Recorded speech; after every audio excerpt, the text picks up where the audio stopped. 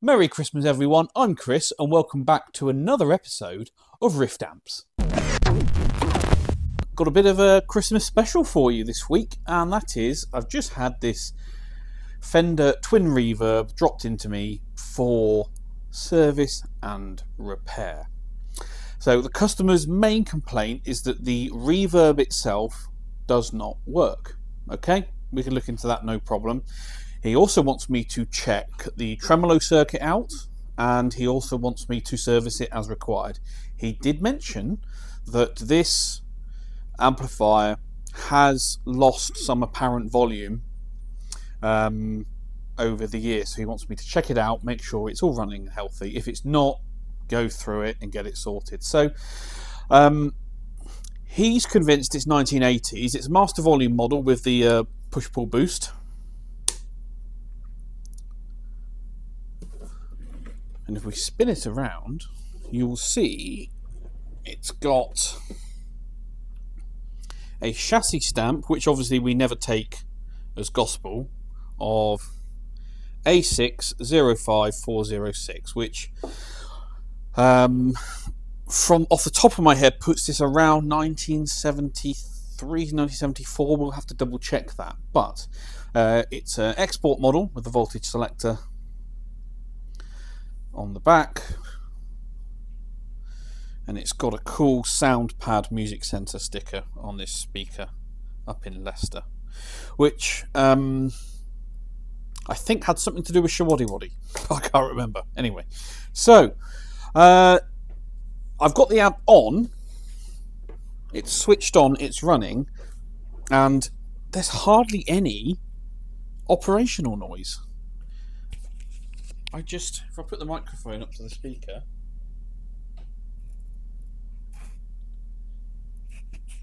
there's just no hiss from it. You can hear slight transformer hum, but not much at all. This is a very, very quiet twin reverb. Now, is that because it's in excellent condition, or is it because it's faulty? Let's find out.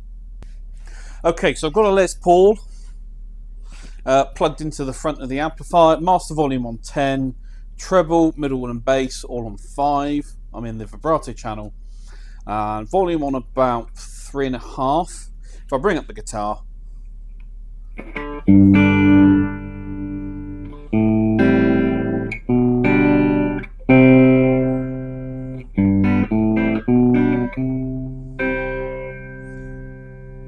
it works, and it's very quiet actually, hardly any operational noise, but reverb, if I bring it up, crackly control, but absolutely nothing there whatsoever. So customer complaint confirmed, there is no reverb, but the amplifier does work itself.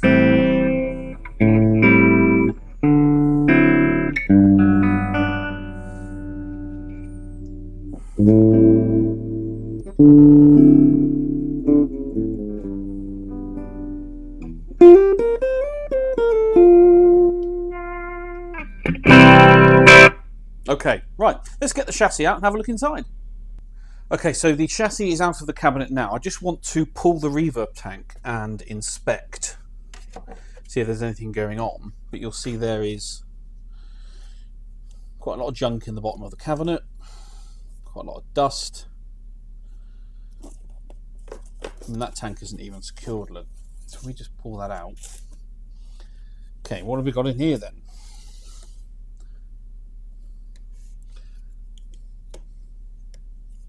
Looks like we've got a spare screw, a 80 microfarad 75 volt capacitor. I think that's the bias cap. We've got a couple of coins, a 1 penny coin. We've got a, oh, what's this?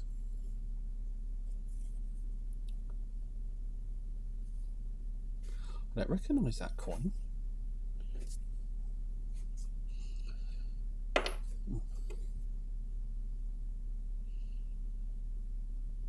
It's got what looks like Arabic writing on, but please correct me if I'm wrong.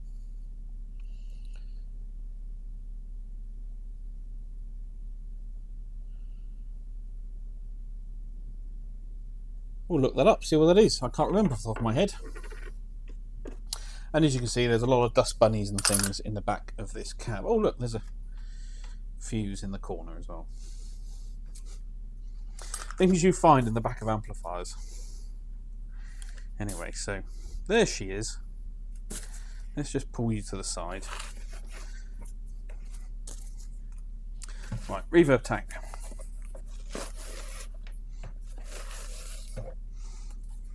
Okay. Lots of dead wood lice and things in the reverb bag itself. The tank is an Accutronics 4AB 3C1B. That's the correct tank for this amplifier.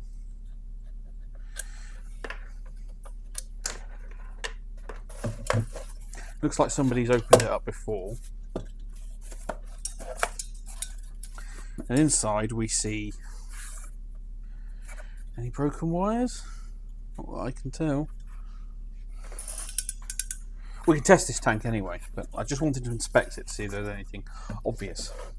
Right, next thing, I'm going to clean all this up, hoover all this out, because I don't want any of this getting in the way. And then we'll inspect the chassis on the test bench.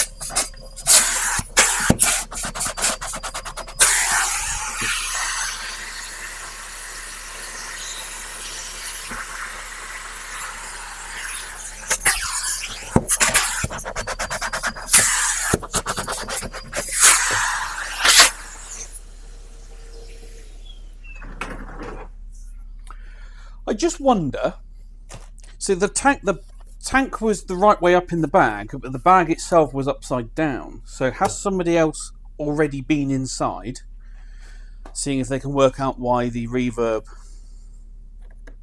isn't working? I don't know.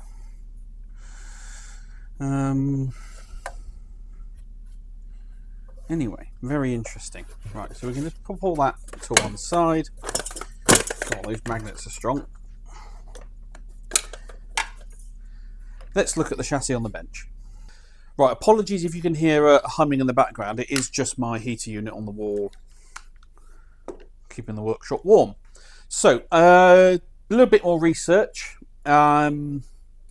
This master volume model was introduced in 1970. So here's the master volume, 1972.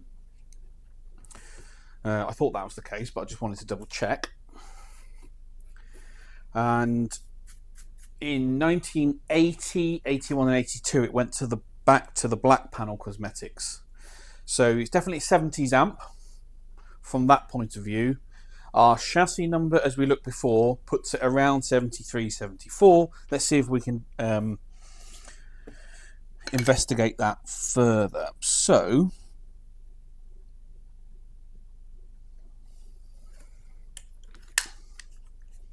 let's start with the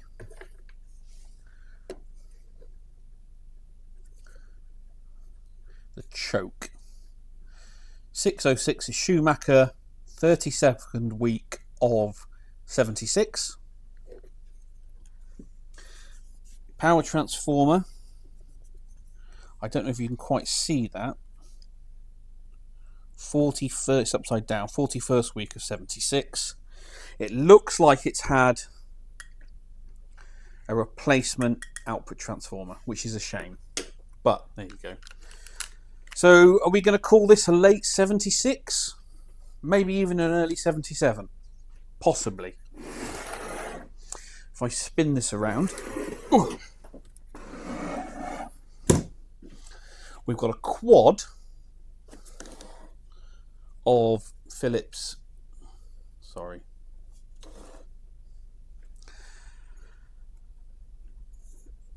6L6s, 7581s, 6L6s, same thing. And what have we got hiding?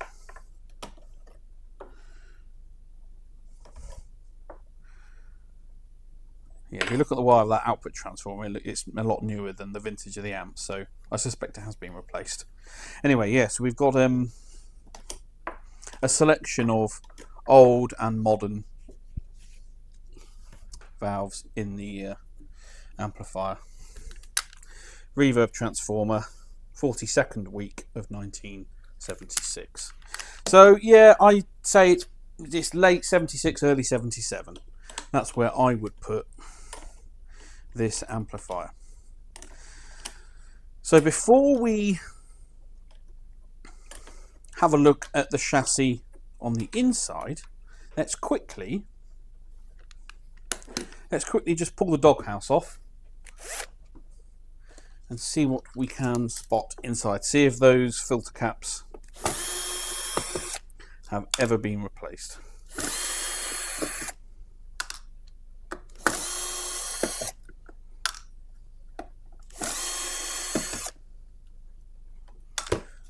Okay, first time looking at it. What do we think? Ta-da! Okay. We've got a bit of a mismatch in there.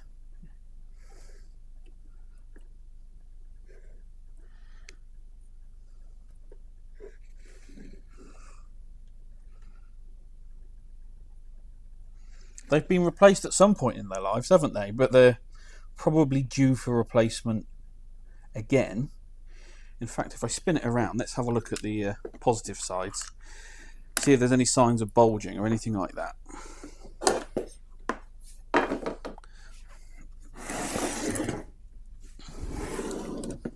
Oh yeah! Whoa, look at that!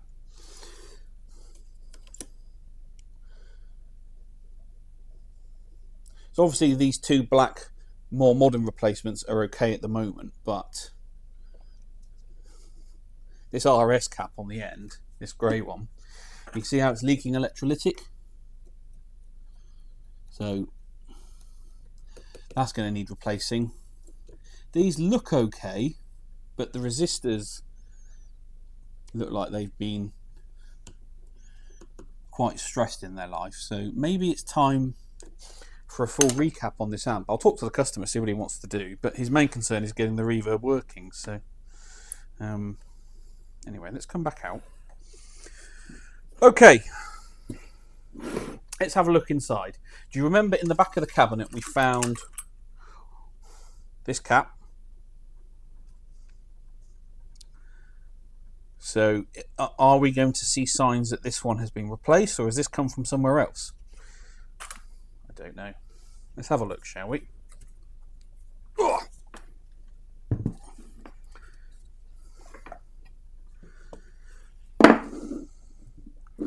Just going to support the amplifier on a block of wood, and then we can have a good look at it together. There you go. Okay, so starting at the power transformer end, this is the cap that I thought this one was.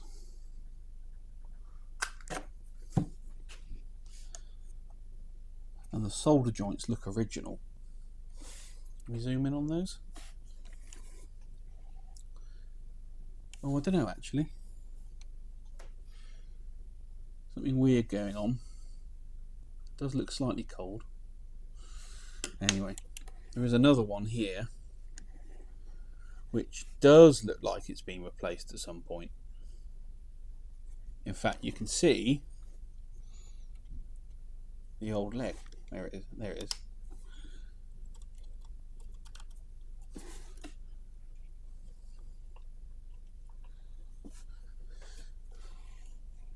Yes, that's the same value. So maybe it was that cap. Was there two in parallel? I don't think so. They've replaced it with another type. You see that solder joint there?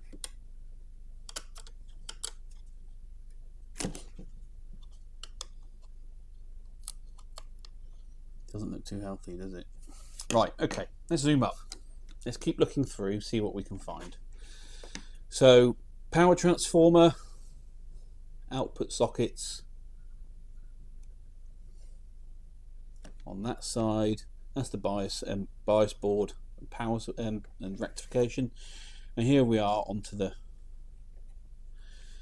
rest of the board. It hasn't had much work done. It's still got most of the white sprays left in, but you can see it has had the output transformer replaced. So we've confirmed that. Look, you can see where they cut the old wires and just soldered new ones in. So they haven't done a very good job with that. So we could tidy that up for him. What else can we find?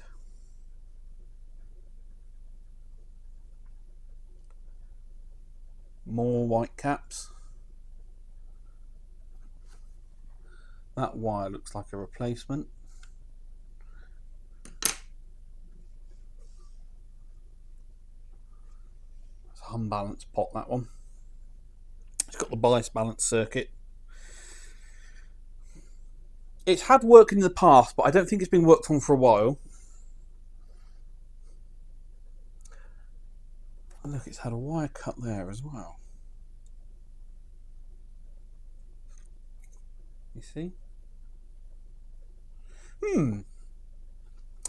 A curious one. Look, that blue cap's got some wax on it. Yes. Okay, so what do I think? Well, visual inspection reveals an amplifier that's had work in the past, but overall is in pretty good condition. Probably just needs a bit of TLC, a bit of work through, a bit of a sort out. And hopefully we can get it working. But let's fire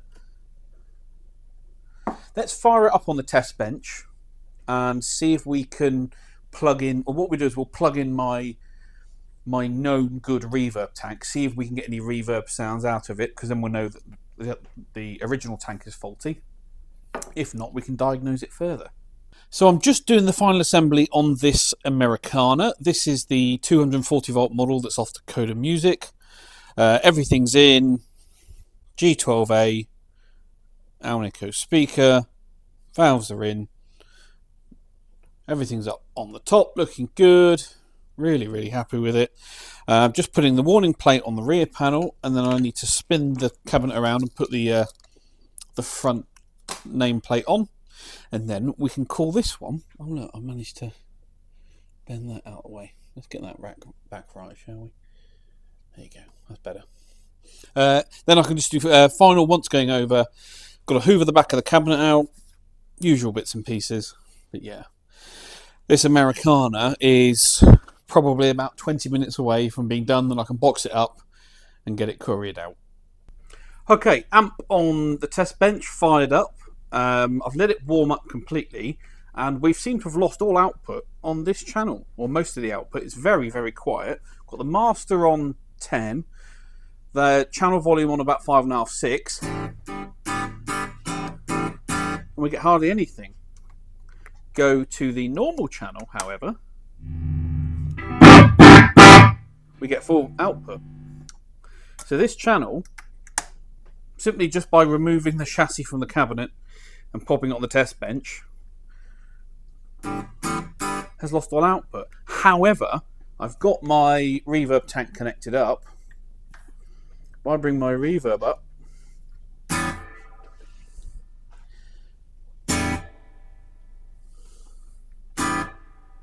can actually hear reverb. So what on earth is going on? I suspect we need to, before I can even fix the reverb or check the reverb, I need to get this channel working again. So easiest way to do that, stick a signal generator through it. Actually, you can hear it popping and crackling. Sorry, stick a signal generator through it, trace the signal through the signal path, find out where it's dropping out, where it's dying, and go from there. But yeah, it's getting more curious by the second. Okay, so the cabinet for the last amplifier of 2023 has arrived. Ainsley is the signature in black. Been waiting on this cab for a while. Looks great.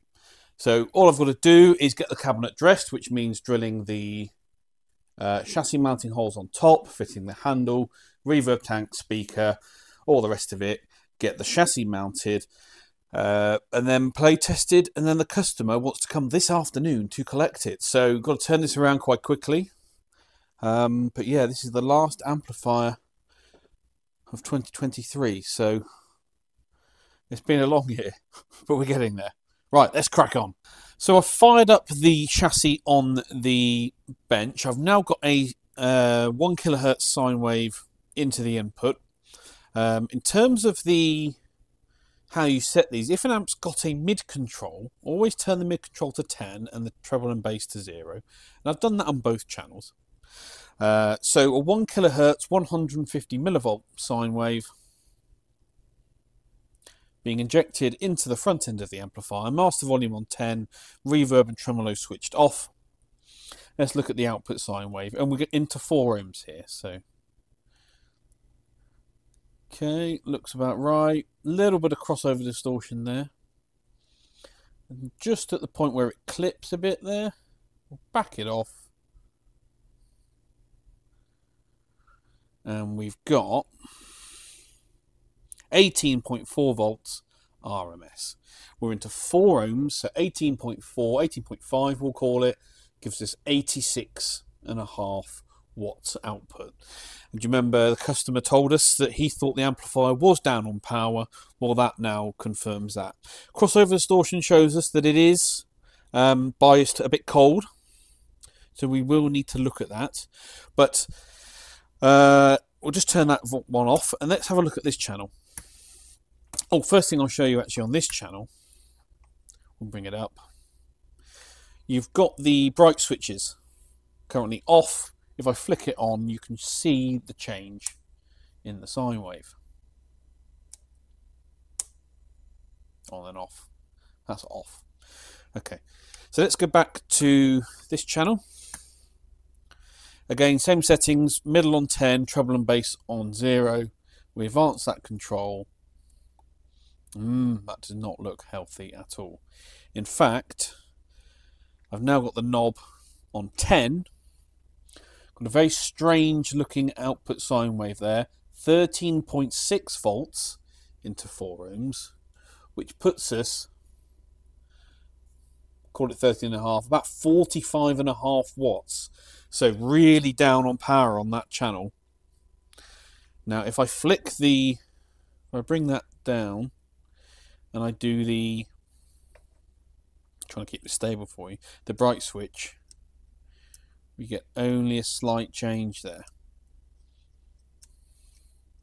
It's not making anywhere near the difference that the other one does. So there's something going on there too.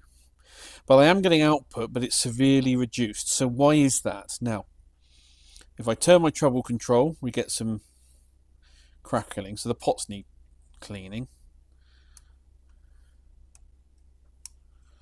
And the master as well. So we've got quite a poorly amplifier here, electrically at least, even though it's actually quite clean physically. So I can't really fix that reverb or check that the reverb's working properly until I get this channel delivering full output. So that's got to be my first course of action. So my next stage is I'm going to go through, take some voltage measurements, see if I can work out what's going on where, you know, get a an inside understanding of what the circuit is actually doing. I'm going to use the oscilloscope to trace through the signal path, find out what's going on, and see what we can come up with. But my main one thing I do want to do is I want to sort out this bias supply. Not happy with it. These caps are old. They need sorting. I want to check the value of the things. I want to make sure that I can get a nice clean output sine wave on the oscilloscope before we continue any further. Right, so I've just replaced the bias cap and this resistor here, which was this one, which was way out of tolerance. Just looking at the I found the original schematic online, but I've also found this redrawn one. So the cap that we're looking at is this one here, this 80 microfarad 75 volt. Well, I only didn't have one of those. I only had 100 and 100, which is fine. Just means the bias supply will be even cleaner. But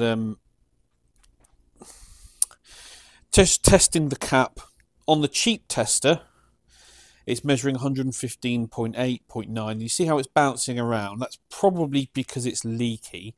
So the next thing we'll do, just to confirm, is we'll stick it on the leakage tester and see what it measures at.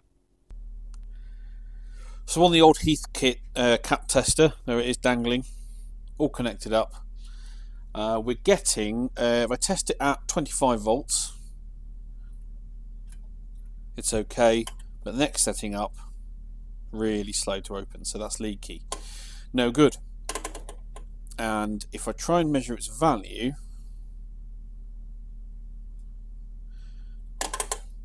on the 20 to 1000 microfarad range, we're looking at 20, 25 to somewhere around here. We're looking at 70 to 100.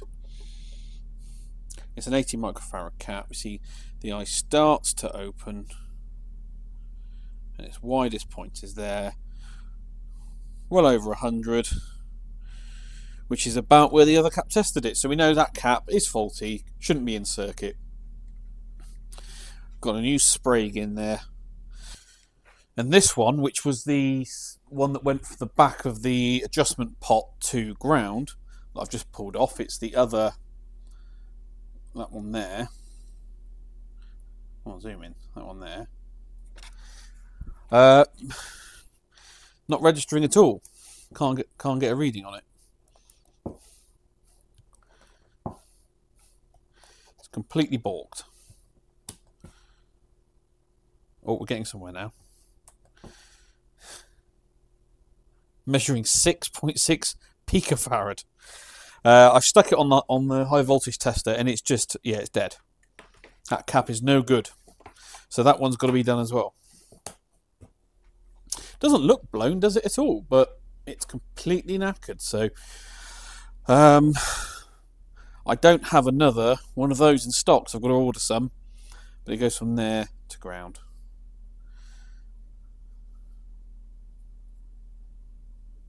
Absolutely knackered. Just a quick update on the Sound City. I've started the recap. I've done the 3232 filter can and the 32 axial. There and there, all done, all wired back in. I've started to disconnect the 200 microfarad cans, 2 of those, and we've got to do this one as well. So making progress on that too. I might, if I get a chance, come in over Christmas and just beaver away on it. But again, trying to do this one as tastefully as possible, because it's a really cool amp. And there we are, job done. The last Ainsley Lister and the last amp of 2023, all done. Customer is on his way to collect it.